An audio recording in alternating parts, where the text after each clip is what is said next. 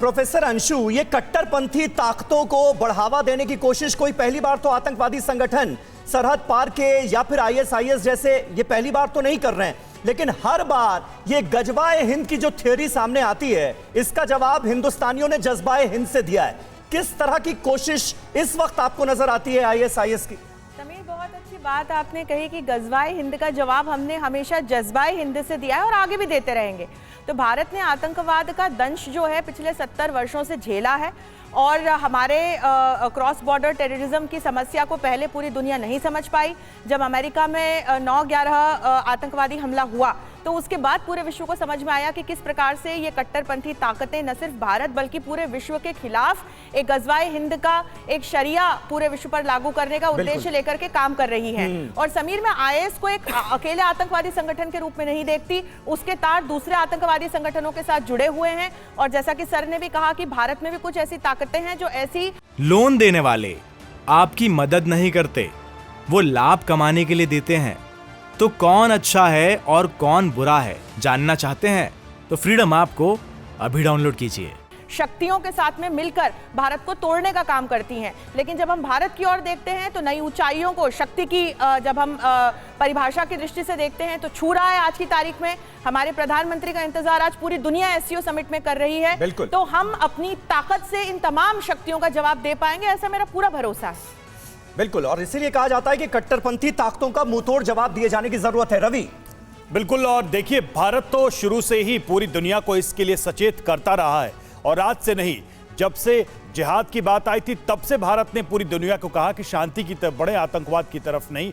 और दुनिया अब फिर से भारत की तरफ देख रही है, लेकिन भारत के खिलाफ भी साजिशें चल रही हैं और इंटरनेशनल साजिश है ये। इस्लामिक स्टेट का खूनी सपना भारत के खिलाफ, आईएस ने भारत के खिलाफ 32 मिनट का भड़काऊ वीडियो जारी किया है। साउथ एशिया के मुसलमानों को भड़काने की यह साजिश है। एशियाई मुसलमानों को भारत में हमले के लिए उकसाया है और आईएस प्रवक्ता ने कहा कि भारत के खिलाफ मिलकर हमला करना चाहिए। आईएस प्रवक्ता ने कहा, हमारा मकसद भारत में इस्लाम की रक्षा है। पाकिस्तान, बांग्लादेश, मलेशिया के मुसलमानों के नाम यह वीडियो जारी किया। इंडोनेशिया, फिलीपींस, सिंगापुर के मुसलमानों को उकसाने की कोशिश इस वीडियो के जरिए।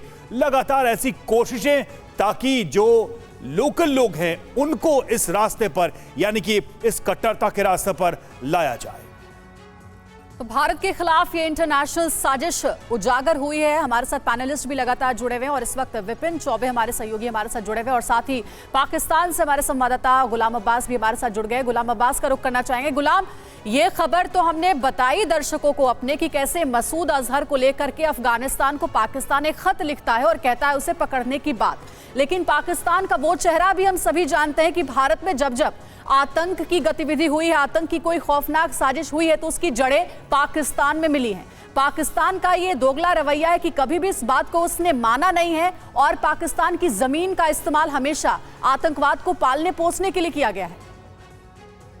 जी बहुत शुक्रिया। देखिए, आप जो बात कर रही हैं कि मसूद अजहर को लेकर के जो पाकिस्तान ने ख़त लिखा है और उसके बाद जो रिएक्शन आया और आप जिस तरीके से इसका जिक्र कर रही हैं, देखिए पाकिस्तान को मेरा ख्याल है कि अब पाकिस्तान में भी 70,000 लोग आम नागरिक जो हैं वो पाकिस्तान के सिर्फ वॉर ऑन टेरर में मारे गए हैं और पाकिस्तान के आम बंदे बहुत ज़्यादा इफेक्ट हुए हैं उस टेररिज्म से। आईएस ने जो ख़त लिखा है जिसमें भारत को ये चेतावनी दी है, तो ऐसी ही रोज थ्रेट्स टीटीपी या आईएस जो है वो पाकिस्तान में भी कर रही है और ये टेररिस्ट ऑर्गेनाइजेशंस वो हैं। सवाल ये कि सारे आतंकी सरगना तो पाकिस्तान में ही बैठे हैं, फिर पाकिस्तान की सरकार इतनी लाचार क्यों है कि कोई कार्रवाई नहीं कर पाती? नहीं, मेरा ख्याल है कि हमें अब इसकी जड़ पे जाना होगा और सबको मिलकर करना होगा। देखें, आईएस की बात की जाए या टीटीपी की बात की जाए तो ये अफगानिस्तान में ऑपरेटिव है। हाँ, कल मसूद अजहर के मामले में अफगानिस्तान ने डिनाइल जरूर किया है, लेकिन हम नहीं, क्योंकि फेस सेविंग की कोशिश हो रही है ना, पाकिस्तान फेस सेविंग की कोशिश कर रहा है एससीओ समिट से ठीक पहले मसूद अजहर का जिक्र छेड़कर, और तालिबान की सरकार कह रही है अफगानिस्तान में है ही नहीं मसूद अजहर। लोन देने वाले आपकी मदद नहीं करते, वो लाभ कमाने के लिए देते हैं। तो कौन अच्छा है और कौन बुरा है जानना चाहते हैं तो फ्रीडम ऐप को अभी डाउनलोड कीजिए।